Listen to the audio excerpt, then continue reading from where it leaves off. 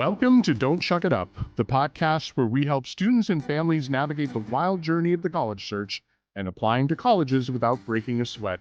I'm your host, Chuck, and today I have a guest. We are joined by the executive director of the Colleges That Change Lives, Anne Marano. Anne, welcome to the show. Thanks for having me, Chuck. It's really good to be here with you. I said this before we started recording, but you were on my super short list of people that I just had to have come chat with me when I decided to start doing podcasts and YouTube, because I have been directly impacted by the colleges that changed lives throughout my life, and I wanted to help students and families learn about this incredible organization. So why don't you first take a moment and introduce yourself to the audience? Oh, thanks. And like I said, really, really excited to be here and spend time with you in conversation, talking about one of our favorite subjects, the colleges that change lives, member institutions, the organization, the philosophy behind it. Um, so I am a first generation college bound kid or first generation college graduate. My entire life, I heard you're going to college, you're going to college, you're going to college. I also heard we can't pay for it, we can't pay for it, we can't pay for it, which is a whole other conversation. But I found myself, I landed at a liberal arts institution in Los Angeles, Mount St. Mary's University, the only Catholic women's college west of the Mississippi. I don't know why that was a hallmark phrase back in the day when I was being recruited, but it was. I should back up and say I was not a stranger to single gender education, having been fortunate enough to graduate from a girls' high school in San Diego. And I was set up, I will say, quite honestly, by the Sisters of St. Joseph of Carondelet. So I have to give them a shout out. An incredible collection of women, very social justice minded and world minded, and um, taught us how to be of service and also how to break all kinds of barriers. There were no limits to our leadership or where we could take our time and talents. And so, fabulous group of women to be mentored by.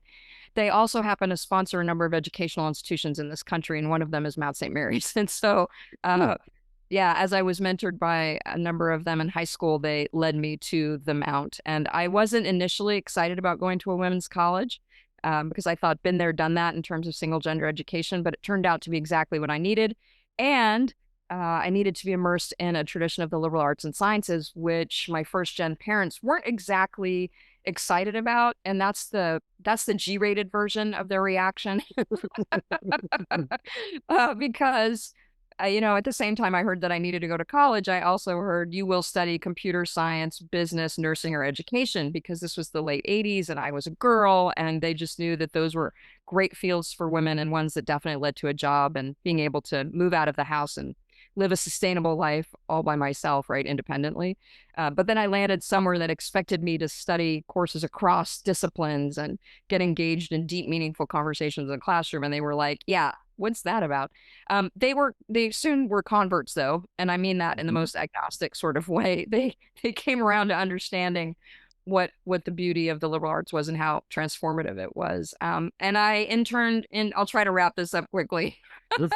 I, I interned in the admissions office and started working with them to conduct tours and to host students overnight, prospective students, because I so believed in the place, and I still do. Still believed in the place and the mission and the impact it was having, not just on the local community, but globally, the impact it was having on graduates and students that were going out to do fantastic things. And when I graduated, I worked in the admissions office for several years. And eventually I was give a shout out to, I will give shout outs to mentors from time to time. So thanks for indulging me, because I believe we need to acknowledge them. And so another shout out to Katie Murphy, who's a lioness in our field in college admissions and college admissions advising. And anyway, she said, you probably need to cross over and work on the secondary side of things because nobody is getting to know their students in their territory as well as you are. I mean, you understand what they're wearing to prom. Like, I think you might be comfortable in high school. So anyway, that's what happened. And I've spent the bulk of the last 20 or so years working in different capacities in high schools as a college counselor, and then came to the Colleges That Change Lives just 3 years ago because I wanted to do something grander and really to get the message out there about a student-centered search and Yes. these fantastic schools and schools like them, schools that are adjacent to the colleges that change lives, member institutions. And there's a lot of work to do in that space, and so Mhm. that's what I decided to do. Well, and thank you for all of that. That's amazing. As my listeners will know, I'm also extremely student centered, and I think that we need to find colleges that fit students based off of academic, social, and financial fit. So Yeah. you're now the executive director of the colleges that changed lives. We probably should back up and explain a little bit about what this organization is. You can learn more about it at ctcl.org.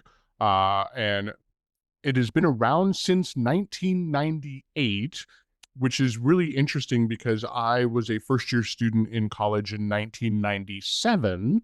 So I Ah, have been around just about as long as CTCL has been. And I remember all of your predecessors as well who have run CTCL. So help our listeners understand what is the colleges that changed lives? Where did this come from? yeah, thanks. And I will, yeah, it's a lofty title, but we think it's well deserved. We also don't, for your gentle listeners, we also don't think that we're the only colleges that have an impact on individuals, but we do think we do it in a distinctly different way, and we can talk about that depending on how much time we have. Um, so it all started with a book called The Colleges That Change Lives, written by Lauren Pope, and that was published in 1996. And you've spoken about Lauren on your podcast before. He wrote Looking Beyond the Ivy League. And in Colleges That Change Lives, what he wanted to do was, again, shift the narrative around how a college search could be done to make it more student centered, to take the focus away from the hype, the anxiety, the messaging that says that students have to shape, form, or fashion themselves in some particular way to be enough, in air quotes, enough. Yep. To be competitive for college admission. He wanted to spotlight, highlight, amplify, uplift schools that were doing amazing things with and for undergraduates, such that their graduates were, in many cases, outpacing graduates from the schools that everybody talks about. Lauren had had his fill of the 10 or 12 or 15, what I call, this is not a CTCL opinion, this is just an Anne Marano phrase, the 12 sweatshirt schools, right? The schools that everybody has clothing from or merch from. Mhm. And they're fabulous institutions of higher learning, and they are right for some students, but they're not right for everybody. And so that was Lauren's point, right? There are these schools that you may, quote unquote, not have heard of or not understand that they are good schools, that are offering access to things like, before it was the norm, Chuck, before it was the Right. norm, that we're offering access to all students, research, study abroad, mentorship, working closely with their professors, engaging with teaching faculty, getting involved in projects, um, hands-on learning, taking theory out into the community, all of those things that now seem like, oh, okay, Oh, yeah. that's Yeah. happening. But they were doing that like organically. It was just ingrained in the experience. And again, giving access to every student, not setting up barriers for that. And so Lauren was a fan of that access. He was a fan of making sure that students were thinking about themselves and what they valued and the kind of experiences they hoped to have during their undergraduate experience, understanding their own power in the process, which I think is Mhm. magnificent, understanding that they're in the driver's seat, right? Understanding that they were bringing their time, talent, lived experience, origin history, accomplishments to that undergraduate community. And with apologies to Janet Jackson, that they should really think about, what have you done for me lately? Right? Like, I'm bringing you all of these things. And so I love talking about this because I just think it was such a bold move. And so he first highlighted 40 schools. Also, totally, let me not forget this, totally in love with the tradition of the liberal arts and sciences. And Yes. for the benefit of your listeners, those two things should never be separated. They were born together, have grown up together. STEM lives in the liberal arts. Wait, Right. can we get And a snap on that? Yeah, it's also the historical context of what right. liberal arts comes from. It is neither liberal is not connected to a political ideology. No. Which does not have direct connection to Michelangelo or Dali or anything like that. Arts was really the term that they used back in the day for subjects, for areas of study. That Exactly. it was the art of literature, the art of rhetoric, the art of biology. And so this concept of liberal arts, which is heavily connected to CTCL, is you need to be liberally educated in these various different subjects. Somehow over the last 25 years, it's gotten spun into, well, the liberal arts are political. And it's like, no, liberal just means to be Right. broadly educated, nothing Right. connected to a political ideology. So now we always have to say liberal arts and sciences, which is redundant. But we need to say that because people think it's, arts, painting, drawing, music, theater. And it's like, no, the arts meaning a wide variety of subject matter. So that's Right. for listeners who are Yeah. Thank you. confused about liberal arts. It was beautifully, beautifully done. Beautifully done. Yeah. Exactly. That's exactly what it is. And yeah, Lauren had back to our story. Lauren really believed in the power of the liberal arts and sciences to educate folks to be citizens of the world that Yes. could move and have be adroit and be adept at moving maybe from one field to another, that could critically think and solve problems and play nice with others and communicate effectively, all of these things. Uh, and so he wanted to highlight schools like that. So he uplifted 40 schools, and those 40 schools were so excited that in 1998, as you have alluded to, they started traveling together to promote themselves, to promote the concept of the liberal arts and sciences, which is redundant to say, and a student-centered search. And then eventually, over 4 editions of the book, the organization was born, and we incorporated in 2006 so that we could support that work of getting Lauren's message out there. And really, our work is all about not just promoting our member institutions, and there are 44 of them now, not just about promoting them, but also still educating students, families, and all those folks who advise them, folks like yourself and college counselors and schools and folks related to community-based organizations, on the power of this kind of education and the fact that we've got it wrong when we try to squish students or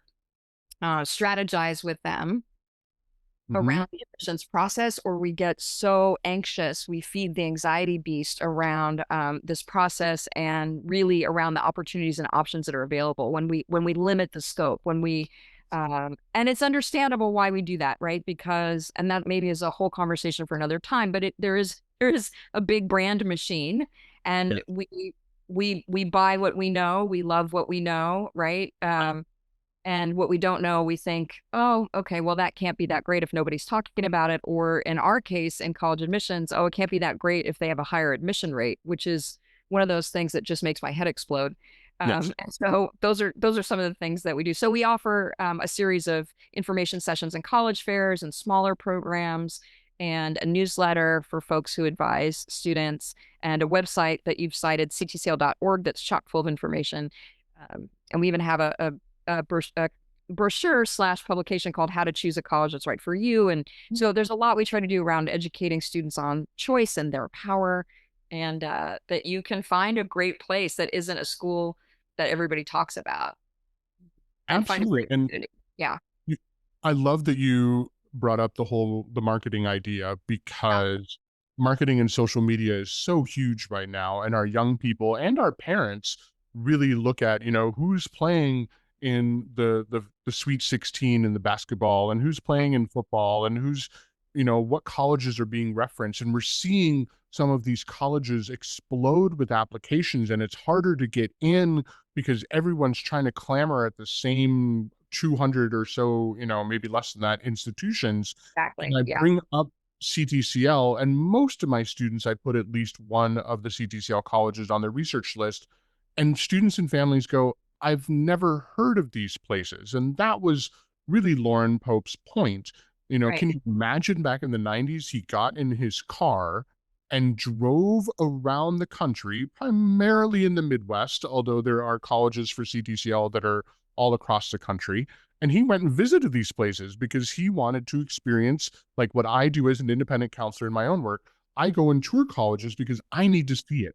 I don't want to listen to the marketing machine. I don't want to listen to the hype on social media. I want to walk around. I want to smell the smells. I want to eat the food. I want to meet the people and see Yeah. what's going on. And Lauren did this, and he's just like, there's all these colleges. So a common thing amongst the CTCL schools is that they are all smaller. Yes. And that is always a nervous, not always, many times is a nervous point for some of my students and families, because these schools are so small, and what they are used to hearing about is a lot of the flagship publics, which are very large, easily 10 times bigger than any CTCL school. So, what do you say to students and parents when they're saying, "Well, these are all really small institutions. Is that going to be okay for my kid?" Like, how do you talk to families about that? Yeah, I talk about it in terms of access to opportunities. Right. And so if and the average enrollment at a CTCL member institution is just over 1,500 students.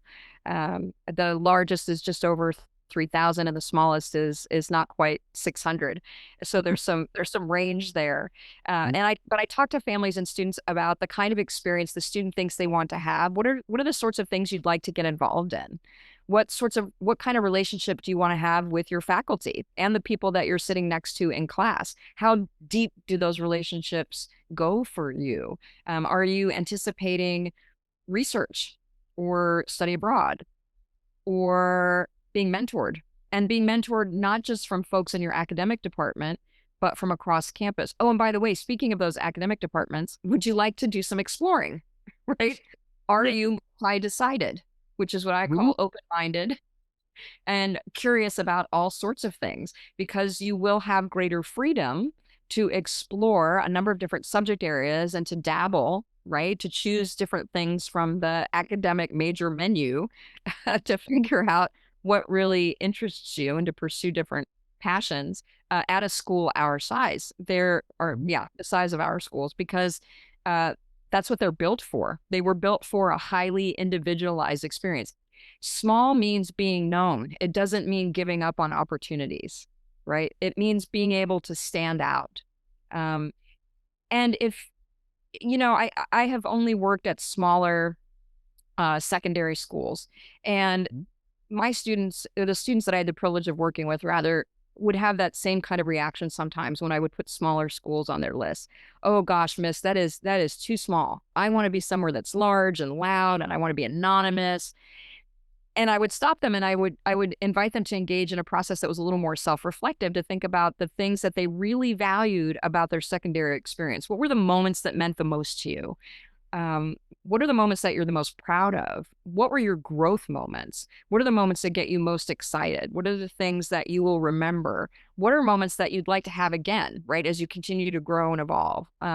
What kind of environment do you think is best based on the one that you are now leaving, now graduating from? And I'll tell you, 9 times out of 10, the things that they really cared about were relationships with their friends and their classmates, access to getting involved in leadership opportunities, Mhm. internships, right? Field trips or experiential learning. I guess is the collegiate way of saying that, but in high school, field trips, right? Out of the classroom learning, the times where their teachers or other folks on campus recognized when they were having that kind of day and they needed extra support, having access to resources and support, all of those sort of things. Those sorts of things. And I would say, well, that sounds a lot like the experience you would get at a smaller institution, right? I think one other thing to tell students and families about small is it's a lot easier to self advocate in a small place. And self advocacy is, don't let me go off on my SEL tangent about how we raise ourselves socially and emotionally, but I will. But self advocacy is one of those things that is a learned skill. It takes practice and it can be difficult to stand up and ask for help, especially if you find yourself in a competitive environment like college or in life. Anyway, you can have some imposter syndrome. You can think you're the only one that doesn't get it. It can be really overwhelming, regardless of your family's experience with college, your level of social capital, all those sorts of things. It's really hard to move to a new community and to stand up for yourself, especially when you find yourself in a tough space and you think, oh, I got in, I should be able to handle this. I should know all this already. No, you shouldn't. No, you shouldn't, right? There's so much to learn and to manage. So anyway, I think it's just easier to self-advocate in a small space because it's a gentler kind of transition. And I mean that in the best way possible. Not that these are places for students who aren't highly capable by any stretch of the imagination or who need handholding or any of that. It's just they're more empowering. It's a place where I think staff, I know, I shouldn't say think, I believe that staff and faculty and other students have a greater capacity to care for each other, to recognize when someone needs help, to pull folks into conversation and opportunities, because there aren't 35 or 45 or 55,000 people on campus. And again, not to disparage those institutions of higher learning, those are great places for folks who can navigate that system, but they are systems. Right. And if, And you know, I have students that go to the big schools and they're very successful and they yeah, do a great job and have a wonderful experience.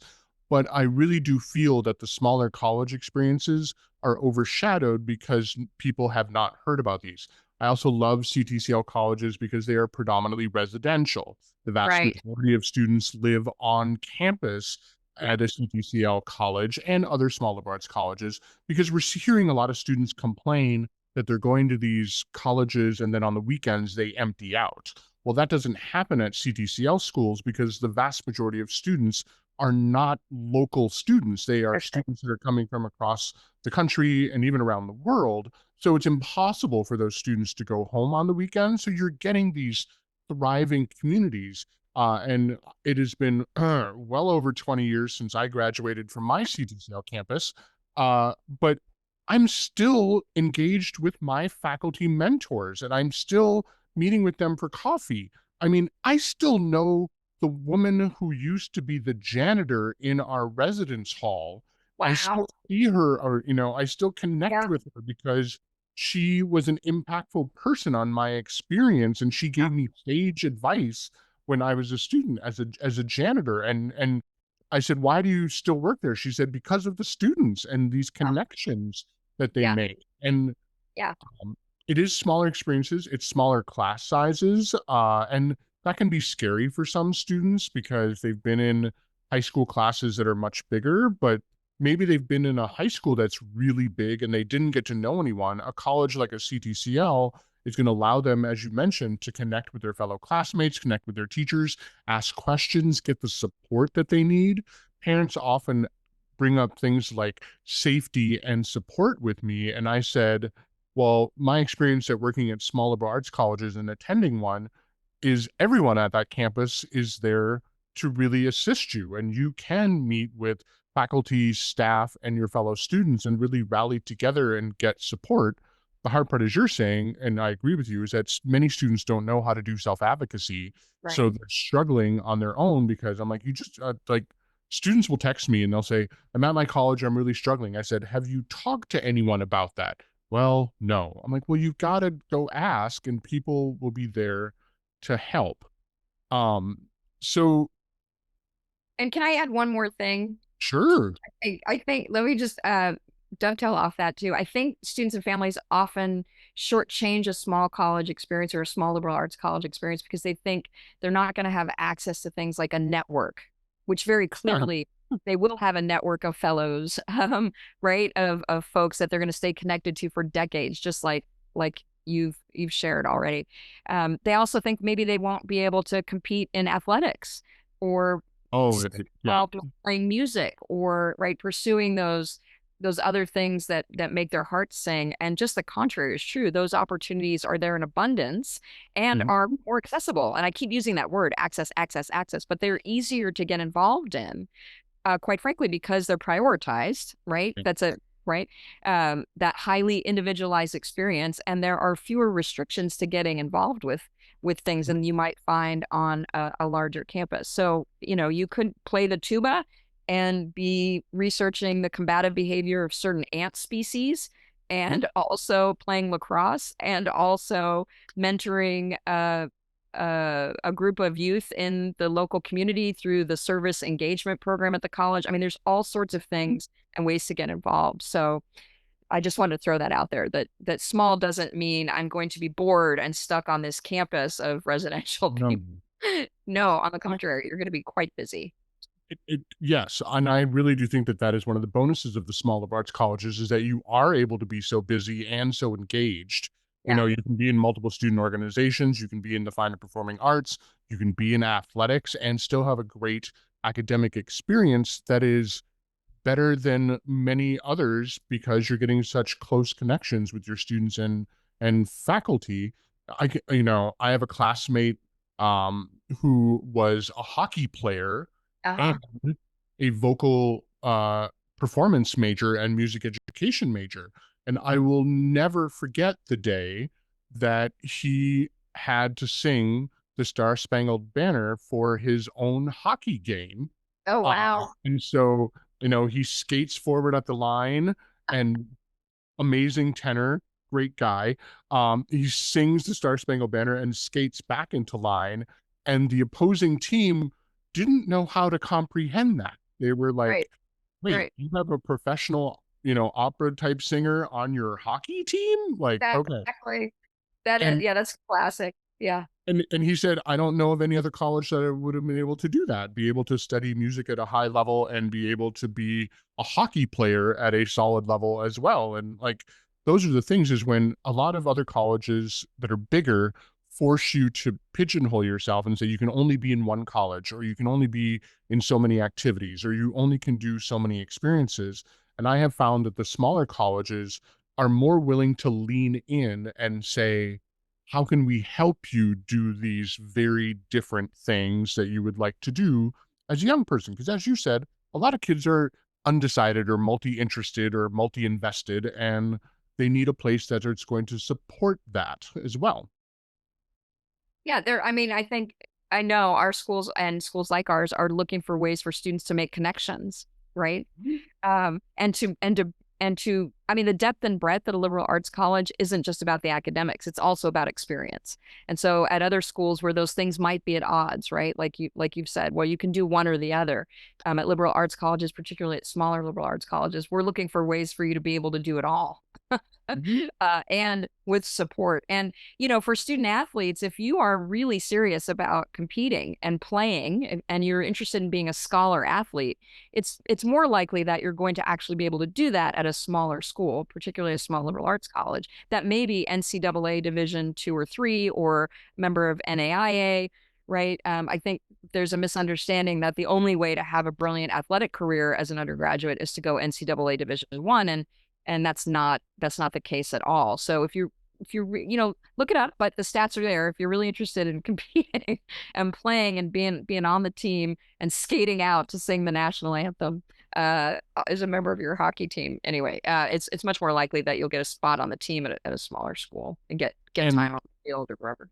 And in recent news, we're in early 2025, but in late 2024, a lot has changed with Division 1 athletics, and it's going to even be more competitive to get to that level. Yeah. Whereas D3 consistently and D2 consistently is much more welcoming and open to students. And NAIA is barely even known to most high school students as an athletic option. It's a different athletic conference. We'll talk more about athletics on a future podcast and future show. But know that, that's what's great about it. Students say they want to do study abroad. I bet the percentage of kids who attend a CTCL college is much higher study abroad statistics than students who go to much larger institutions. Well, and yeah, study abroad has been one of those things that for most of the CTCL member institutions was an expectation rather than something you could think about, right? It was built into the curriculum, into the undergraduate experience as, well, of course you're going to do this. This is an extension of and a supplement to, a corollary to something that we want you to have exposure to, rather than, oh, it's just for a few select students and or right. And now I think that's become more popular at other institutions, but that's organic for CTCL member institutions. And that's just one of the things that Lauren saw when he toured campuses and talked to students and faculty and people in different departments, that students had a chance to do all of that stuff, including study abroad. Yeah. Yeah. One of my fellow counselors asked me to ask you, Sure. so what do you see as the future of liberal arts education as we move forward? There's this big push of go to tech schools or don't even go to college at all, just get an apprenticeship. So Yeah. what role do you feel liberal arts colleges will play in 2025 and beyond? I think that the liberal arts colleges and the education they provide, the liberal arts in general, are more relevant now than ever before, um, because of the training they provide in things like problem solving, working in groups, teamwork. an appreciation for the world around me and its diversity in all of its forms, right?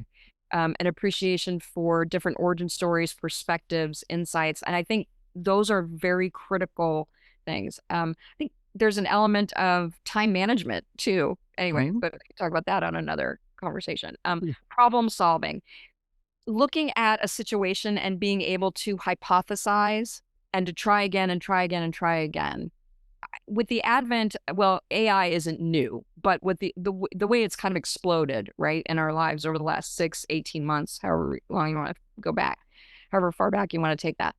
Um, AI isn't going to replace the need to be able to think well, to communicate well. It actually demands that people have that skill set to pull those things together. Like someone has to be able to create the mechanisms by which AI can interpret and create and respond to. And where is that coming from, right? Like the liberal arts are the original human centered design. And Yes. that's not going anywhere. Um, so when people push back and say, "Oh, but they're," and it feels like the liberal arts are always in this kind of defensive position. But no, you should think about us. But no, when people push back and think, "No, it's short term technical education," which there's a place for that too, right? Yep. Post secondary Absolutely. training, post secondary training. We want students and families to have options, Mhm. but they coexist. They don't exist in separate universes. And why would an engineer go to a liberal arts college? To understand the world, to come to whatever it is that they're trying to solve, whatever it is they're trying to create or fabricate or work on, to come to that with an understanding of the history that got them to that point. The Mhm. schematics have their foundation in the arts, the psychology of why they're creating what they're creating. Engineers don't work in silos; they actually work in project teams, right? So understand how to work in those groups, like I've hinted at before, all of that. The approach that comes from examining the world from a background in history and the arts and math and data science. And, you talked about the ancient tradition of the liberal arts. Data science evolved from those ancient traditions of Mhm. logic and statistics and mathematics. That's where data science comes from. Anyway, I digress, but I think it's true though, but I think a lot of people get nervous and parents get nervous of, oh, they're majoring in something that may not have a direct job connected to the name of the degree, or right. they're going in as undecided or multi-interested in how that will all play out. And I have to remind people that one of the roles of higher education is to help students move from a state of dependence on their parents to a state of independence and become a free thinker and someone who will add to our society, both nationally and globally. And we really need students that can think across boundaries, across identities, across backgrounds, across different points of view.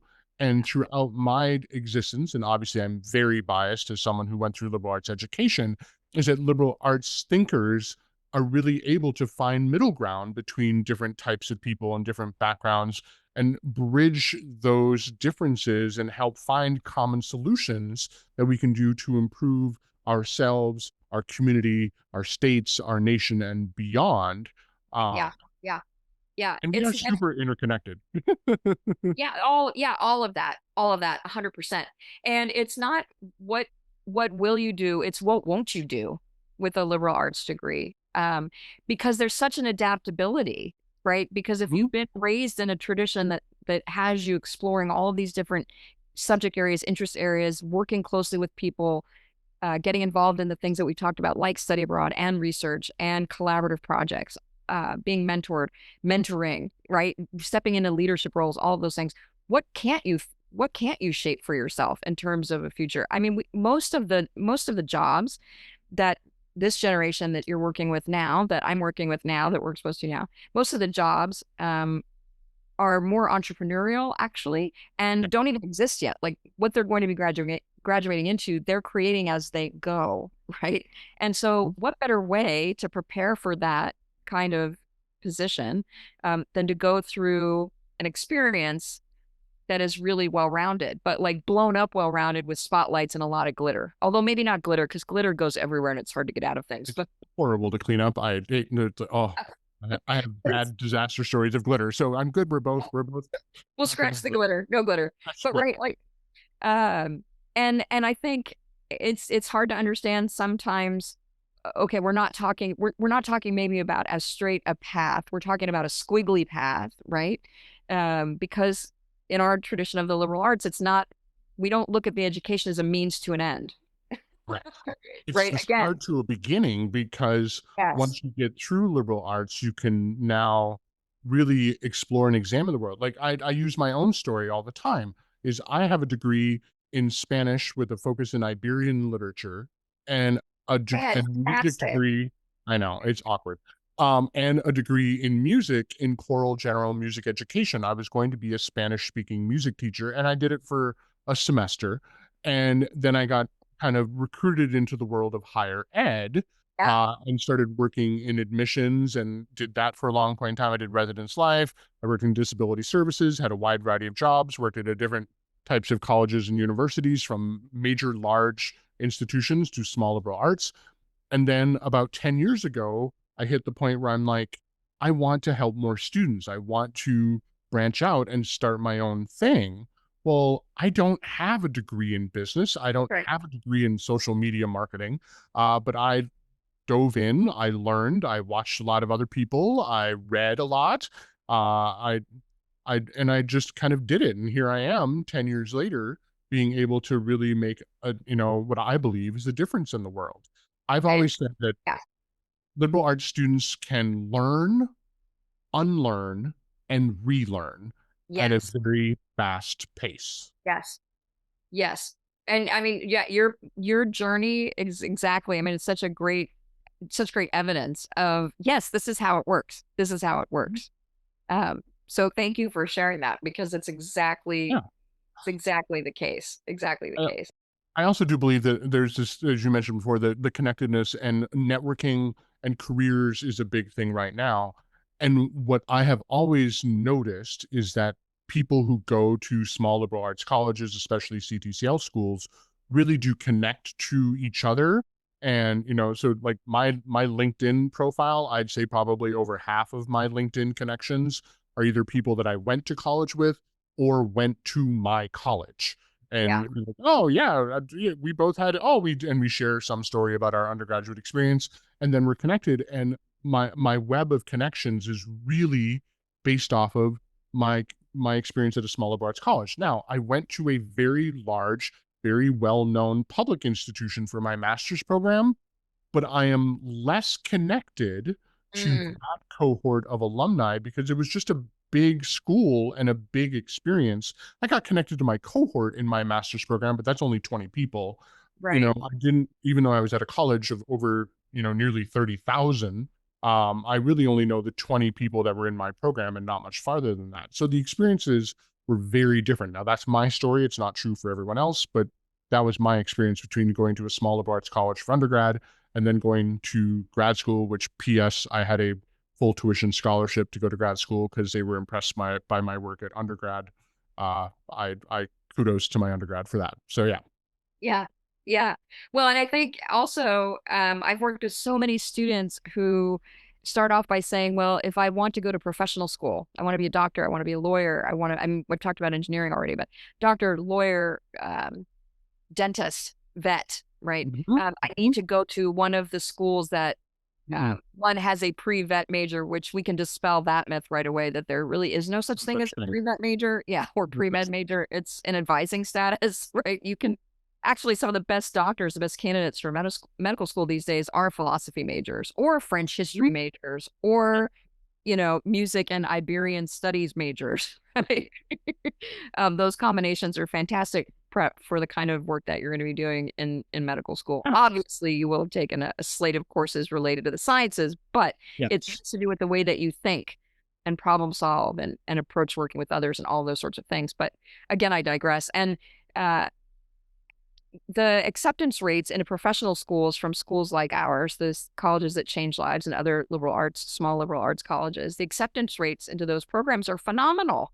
Hmm. Phenomenal. Why? Because of the strong, rigorous academic experience that you're having, because of the connections that you're making, right? That leads to quality recommendation letters and quality advising in terms of finding the right next program for yourself.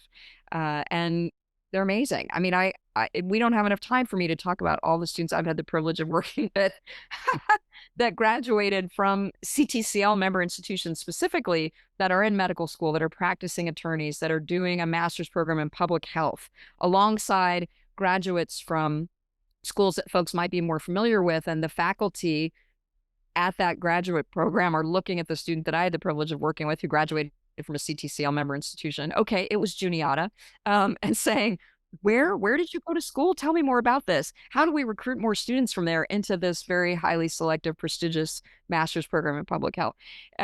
Right? They're doing extraordinary things. They've graduated into futures that are bigger and grander than mine, and that's the whole point. But anyway, um, Well, yeah, you and can I get have there from heard, here. right, and I've heard the same stories as well. So in my private practices, I work with students and families on a one-on-one basis. I have clients who are deans of medical colleges, who are deans of law schools, and I ask them point blank, without saying what school they're at, I say, what do you look for in a future strong applicant to your med school or to your law program?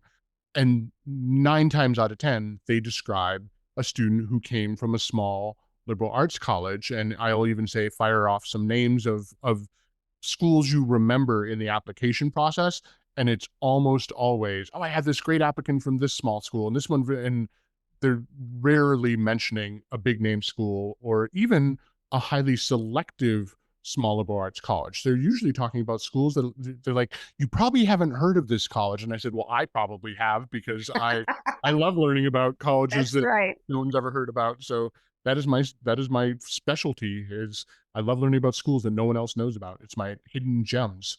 So Yeah. one of the big concerns about CTCL colleges is that almost all of them are private, which means they have a very high price tag. So what do you say to students and parents when they see the price tag of a CTCL school?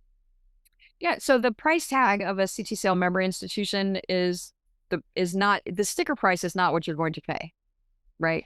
Um, the majority of students are going to, and I say majority because, right, it depends on every individual family's financial situation, but the majority of students are going to be awarded some sort of financial aid. And from my own experience, and I was a practitioner most recently in Texas at a school, in a public school district in Texas, where most of my students had a great deal of financial need. And the financial aid that they received at the colleges that changed lives, member institutions and schools like them, made it possible for them to afford that education much more than they could afford a public institution in the state of Texas. Mhm. So I I would not be scared by the price. The CTCL member institutions have healthy endowments. They draw from those endowments and offer merit aid to an extent that I think makes the education much more affordable. And I think they can be really creative with the financing. And again, approach the financial aid and what they're able to do with families from a much more individualized approach because it is such a smaller kind of environment, and they can take that second and third look maybe at a family situation, uh, insofar as the family is willing to share information. So, Mhm. uh, yeah, they're just, I would not discount them. I would definitely consider them among the most affordable choices in this country.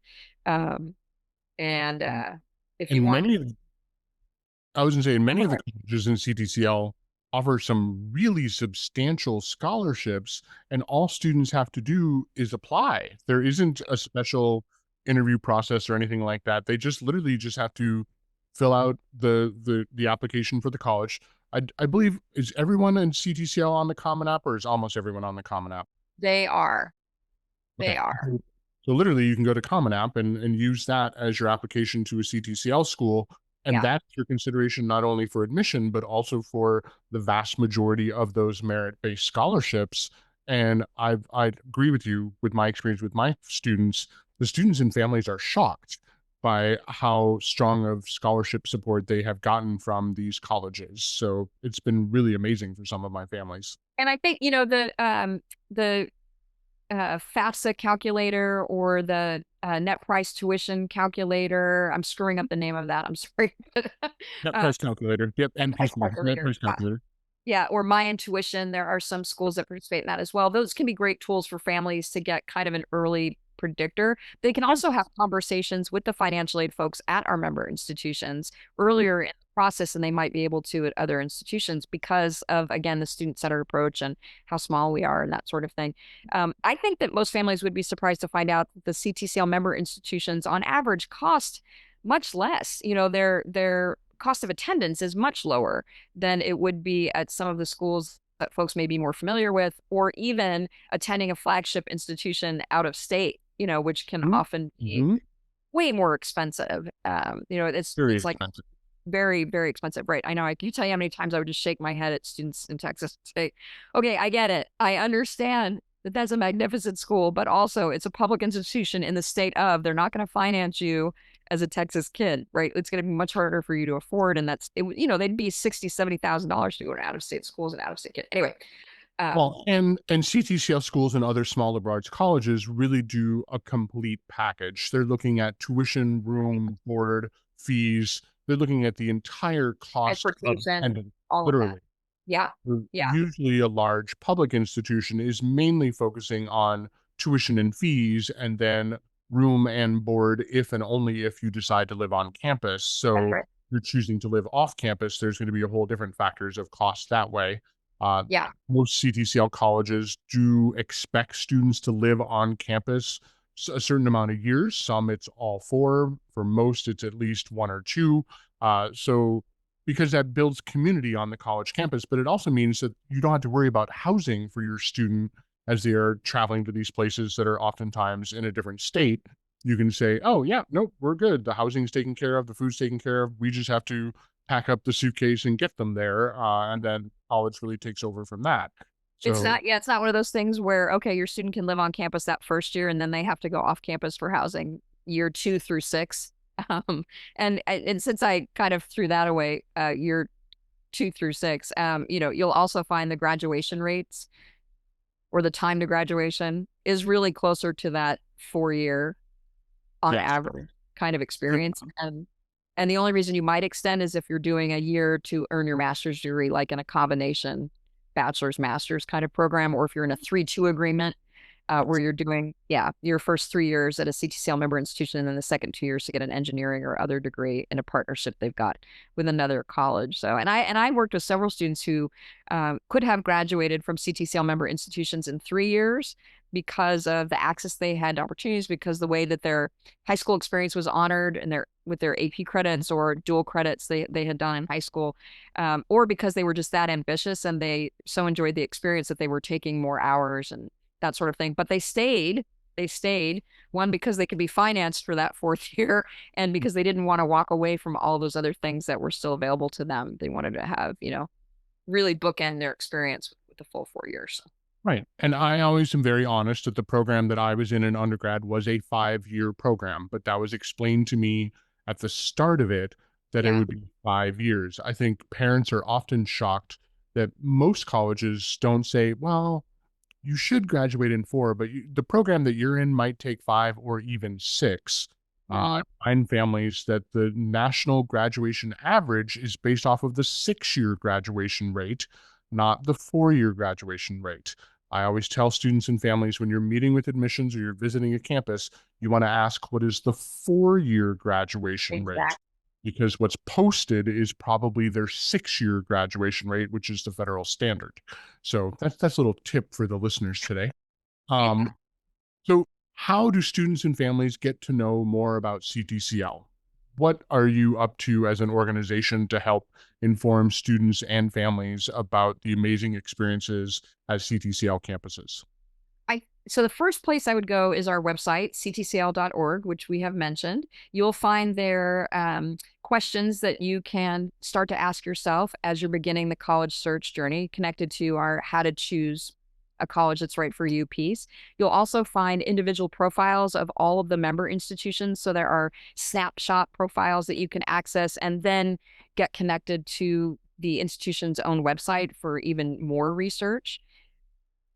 You can also meet us at one of our events this spring and summer. So, shameless plug, we will be in 17 cities. We're starting in New York and finishing in Dallas. And so, the first swing is our East Coast tour in mid March. And there's information about that on the website. These are public, open to the public. These are free programs. We do an information session at the very beginning of the program that will walk students and families through what a student-centered search looks like. Like, what do you mean by that? How do I do that?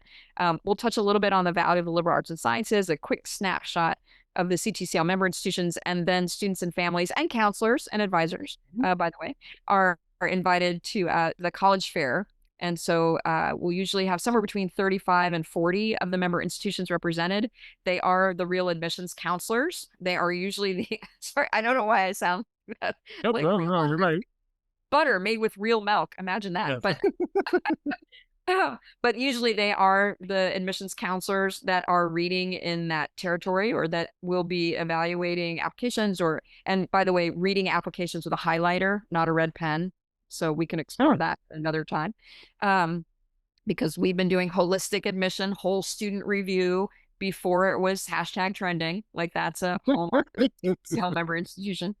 We were always concerned about getting to know students through the application process in a very full and meaningful way. But anyway, I digress. So we'll be in New York and Boston, Philadelphia, and Washington, D.C. between March 8th and March 11th. And then across the West Coast in 13 other cities. So I would highly recommend that students check out that information and register for a program and come spend time in conversation with us. Even if you don't have a list of questions, right? If you can introduce yourself, we'll take it from there, right? It's a great place. It's a very accommodating, supportive space to get this whole journey started and to have conversations around like, who are you? Why are you thinking about going to college? What do you think interests you right now? Oh, by the way, it's just Tuesday. You don't need to panic. Like to discover that you do have options, right? To understand that there are 44 distinctly different institutions that are supremely interested in you, right? My favorite question that I get asked is, what are colleges looking for? We're looking for you. We're looking for you, right? And we think that because we're such a variety pack, there's going to be a little something for everybody. And it's a great place to kind of get your mind going with the kind of schools that you should be looking at. That would be great next best home. So that's just a couple of things. I'll share as someone who worked at a CTCL for over 10 years. I was on the CTCL road show. It is a very different experience, and I highly recommend students, parents, counselors, CBO people, whoever is in the admissions higher ed space to go to these programs. It sounds like it is a normal college fair, but it's not. Yeah. So for students who are very nervous about going to a large college fair and feeling overwhelmed or feeling very anxious, the CTCL program is a great way to kind of dip your toe in the water. And this is a great program, especially if you have a younger student who's maybe a freshman or a sophomore in high school, or juniors and seniors as well, but it's a smaller experience. They're typically held in a convention space or a large conference room at a hotel. It's only 35 to 40 colleges, so you really do get to walk around and connect with the admissions reps. And ask really great questions. And ctcl.org also has a great list of resources as to what questions should I be asking when I'm meeting with people either on tour or in that visit. I also love that program because it is very student-centered. I know that you often encourage parents to kind of take a little bit of a step backwards and encourage their student to step forward because it is a student-centered approach. The students are going to be the ones who are going to college. It always makes a parent nervous to push their kid forward a little bit, but the CTCL program and the community is really welcoming. I also love that at CTCL, colleges will refer to other colleges. So if I had a student come to my table when I was in admissions and they were looking for something, I would say, that's a really great thing to study. We don't offer that, and we wouldn't be able to support you with that, but you should go talk to so and so on the other side of the room because I know the colleges and they have what you are looking for." And they go, "Wait, you're sending me to a competitor college?" And like, no, at CTCL, the goal is for people to find the experience that fits them, if it's whether, one person's institution or any of the CTCL schools. And I think it's just a very different vibe. And a lot of students and families leave that CTCL program feeling uplifted, Uh-huh. hopeful, like, oh, there are still colleges out there. As you said, the holistic thing, they've been doing that since the dawn of time, and most of the Right. CTCL Right. schools are very old. As a former admissions counselor myself, I remember taking those folders home with a highlighter and then diving into those applications. But my families leave the CTCL programs, and they're in most major cities around the country, and they leave those programs feeling very fulfilled and like, wow, there's colleges out there that actually want me, that are actually interested in me, that actually want to give me scholarships and give me hope and give me, a way to go on to whatever higher learning I want to do. And Yeah. I don't know, it's always fun when I did my 10 plus years of those programs. And I've done almost every city that CTCL goes uh, to see the families leave going, okay, we can do this. There are colleges out there that are not, you know, they're not slamming their door. They're not hard to contact. Like the CTCL schools, it's easy to contact admissions. It's easy to get in touch with people, financial aid, ask your questions. The staff at all of the campuses are very willing and want to help you navigate this process. Yeah, I think, and I love all of that. Thank you for saying all that and sharing your experience, Chuck, because it's so true. The college much different. And I think it's because our institutions are so collegial, right? The mission is to connect students to the places where they're going to thrive. And so there's not this competitive kind of feeling like, oh no, you can't talk to them. You should only talk to me.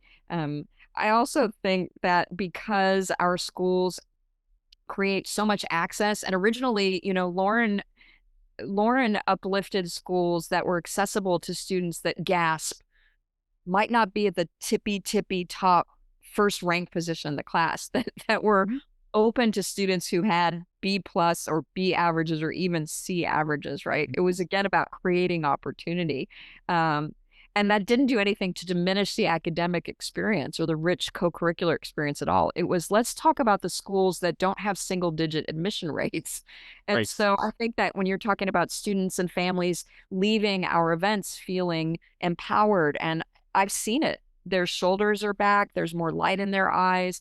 It makes me a little squishy actually. It's Mhm. because it's so affirming. It's so palpable, um, and and it makes me really proud to be affiliated with these institutions. And that's just the start. Like that's just a conversation you had at a college fair. Now magnify that to what your life would be like as an undergraduate on one of our campuses. Take that same level of care and investment in you from a conversation, emphasis on conversation, not just picking up a brochure and being told what the deadlines are and getting advised on taking the next standardized exam 16 more times or looking at a chart to figure out where you fit in the algorithm and all that kind of stuff, right?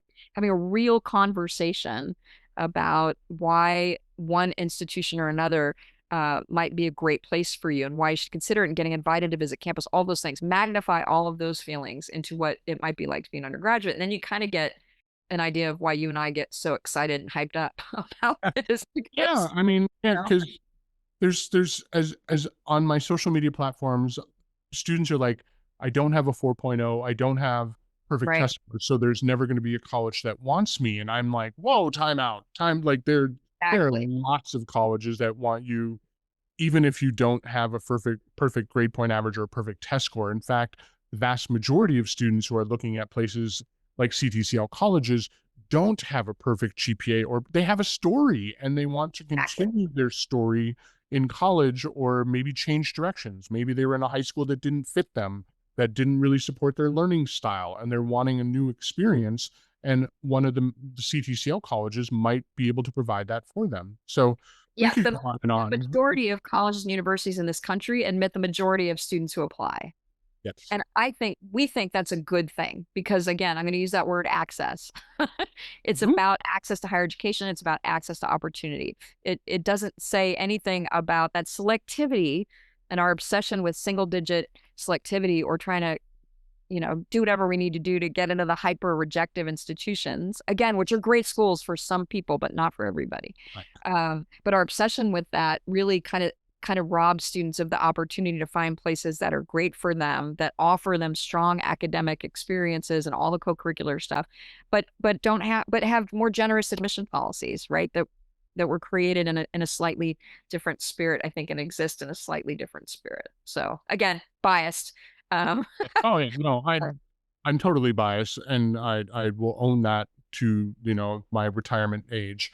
But it's I think this needs to be said because many of these institutions are not well known, and they are doing incredible work for their students and their alumni, or alumnae, if for the all women's institutions. And so these are just very unique places, and I encourage families to check it out. ctcl.org. Uh, you might find something that you never knew existed. You might find a place that could be a future home for your student or for yourself if students are listening. So as we wrap it up here, you get to meet thousands of students and parents at these programs. I'm going to give you the opportunity now. What is your advice that you would love to give students and parents that you think really needs to be said? If you could get your message out there, this is your time, Anne. What would you like to share with them?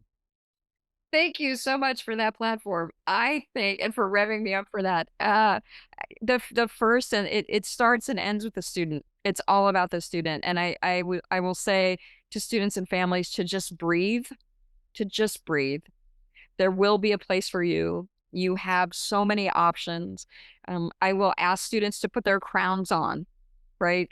To recognize that their lived experience, their origin story, their perspective, their insight, their resume of accomplishments, of academic experiences, and side note, whatever that looks like, right? You don't have to have a background in high school or a resume of experiences that is a mile long and a mile deep.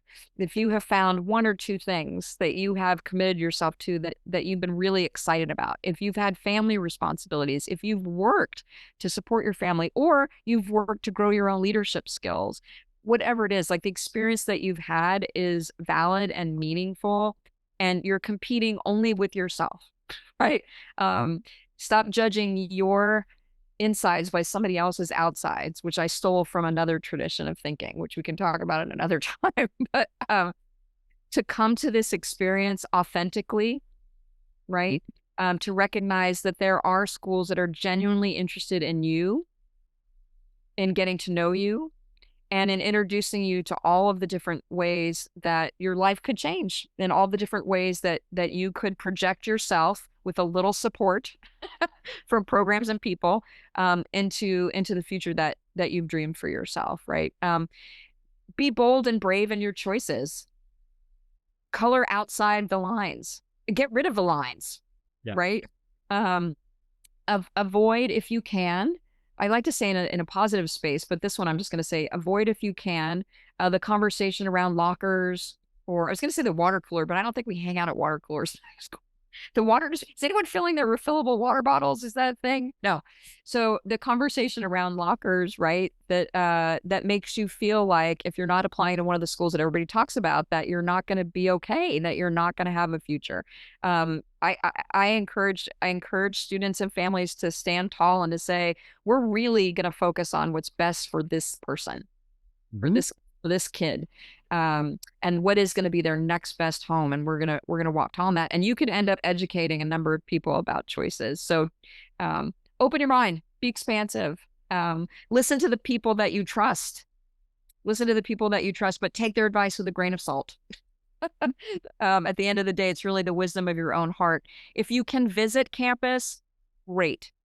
If you can visit campus and get there physically, to talk to students, to go rogue a little bit, sure, take the tour, but ask questions on the tour. I heard you talk about that in one of your earlier Mhm. podcasts about how many students and families and folks get on college tours and don't ask any questions. Right. It's such a missed opportunity. But get on those tours and ask the questions that are really relevant to you, right? If a tour guide is spouting off facts and bragging about different things, ask them questions about like, well, when can I get involved with that? What does it take to get involved with that? What does that really look like? What have you been involved in? Would you recommend that?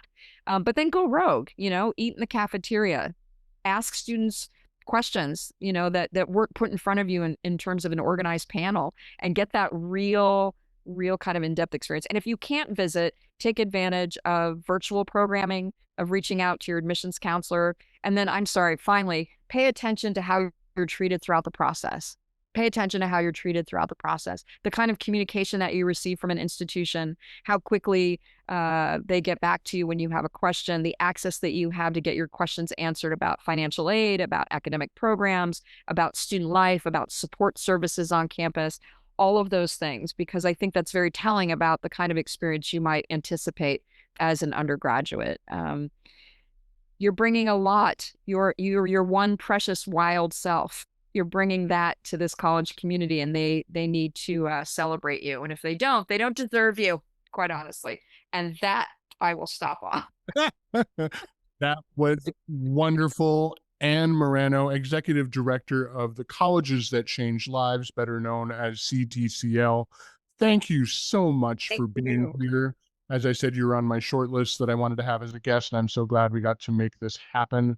I appreciate you and all that you are doing in the world of higher education and helping those kids find the right fit and their right future ahead of them that could be at a place that they had never heard of before checking out ctcl.org. So thank you very much, Anne, for being. Thanks again for the conversation. Totally delightful, and you are one of our best ambassadors. And such a beautiful thing that you have done with your life and career after your experience at Lawrence. So You're most welcome.